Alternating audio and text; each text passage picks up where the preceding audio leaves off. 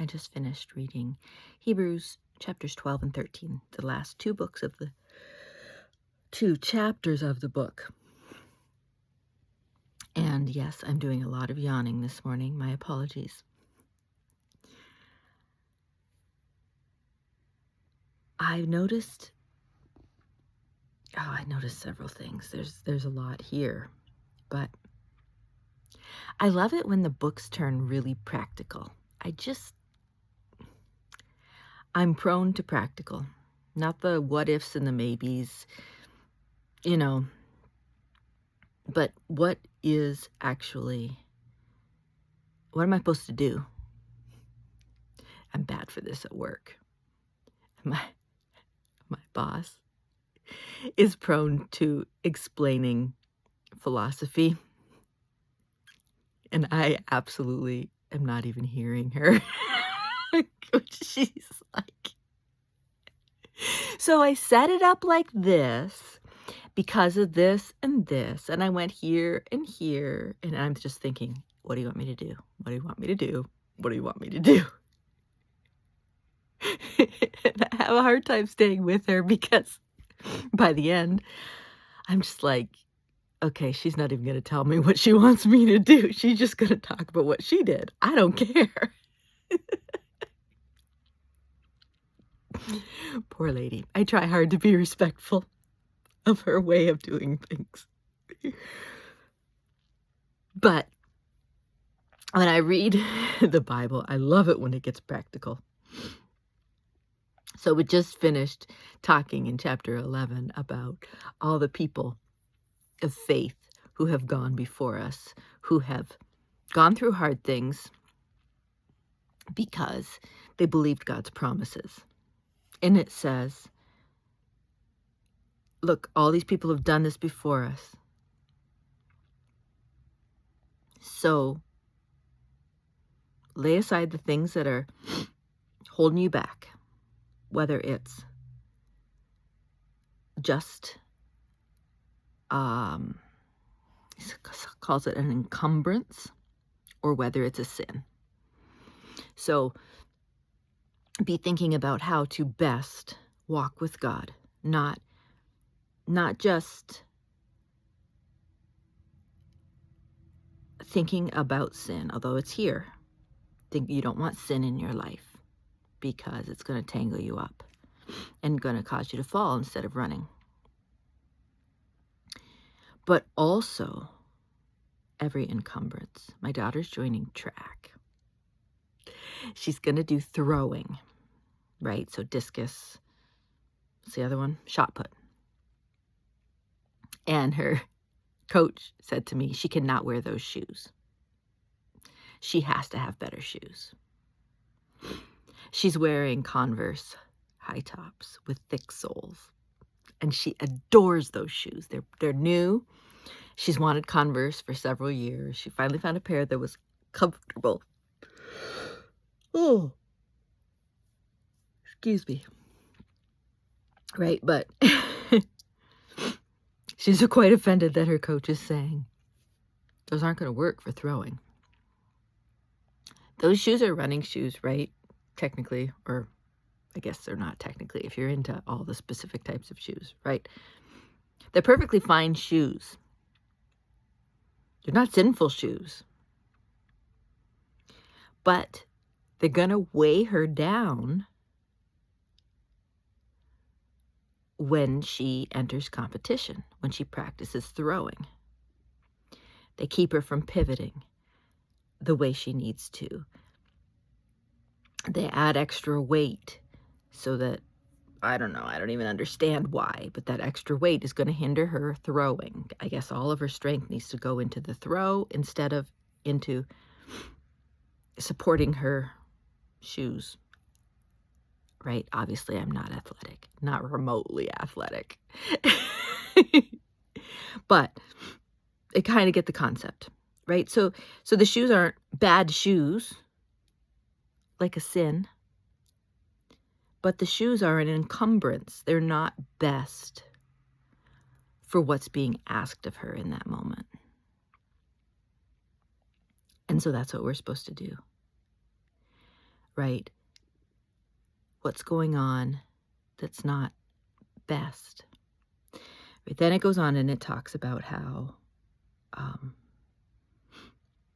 we're being disciplined, because any parent who loves their child disciplines their child. And that could take the form of a punishment, like for sin, right? But it can also take the form of a bedtime. That's a discipline, right?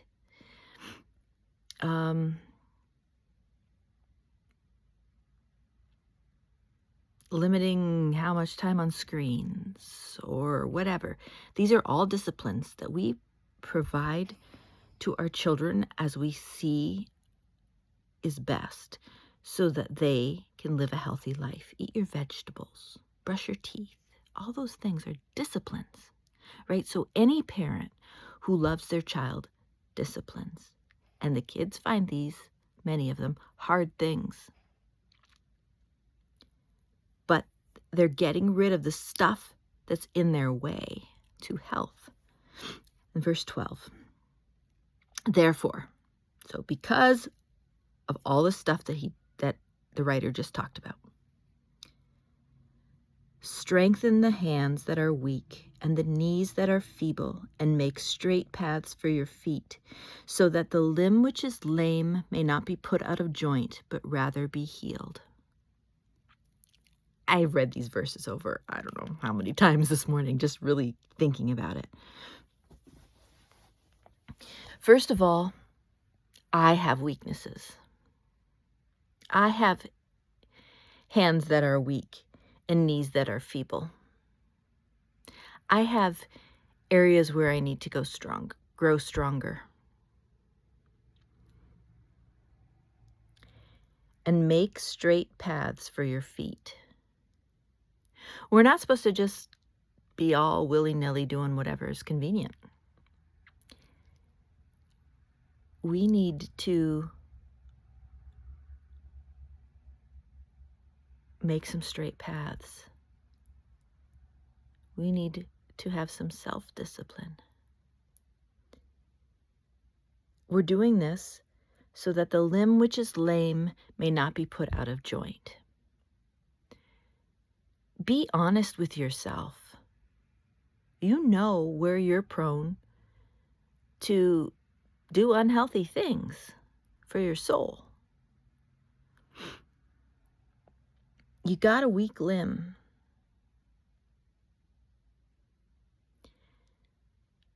So don't do things that are going to put it out of joint, but rather be healed.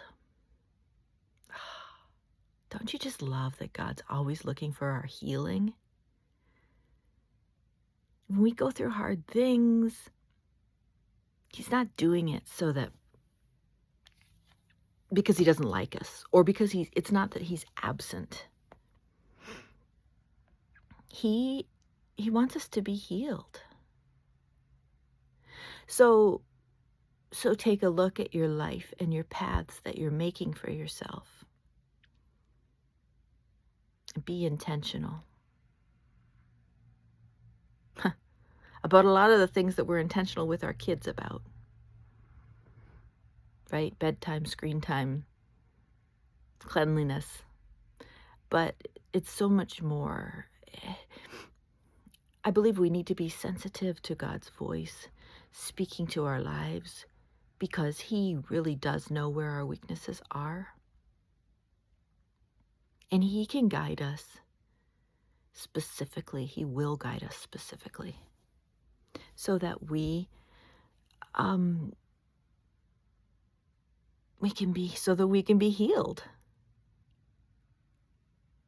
I love that. And then He gives us a few examples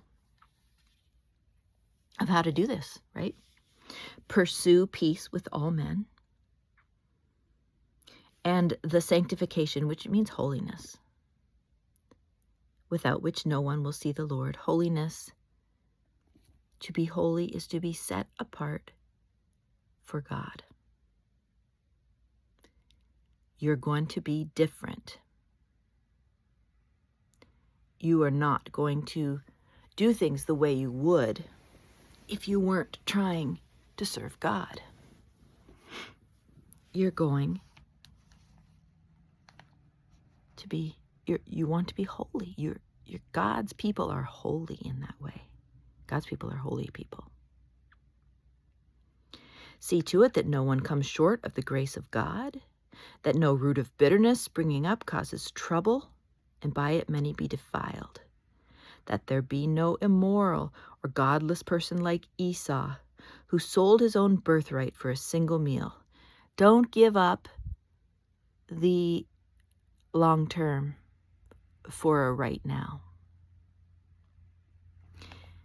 There's so much here. I would encourage you to read Hebrews 12 and 13.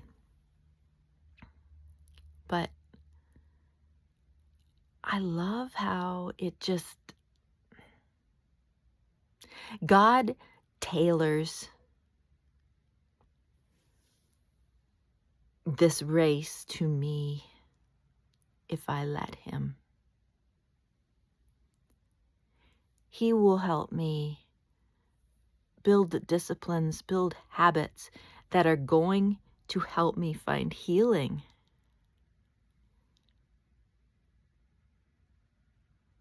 He made me. He knows me. And his ways are best for me. The same goes for you.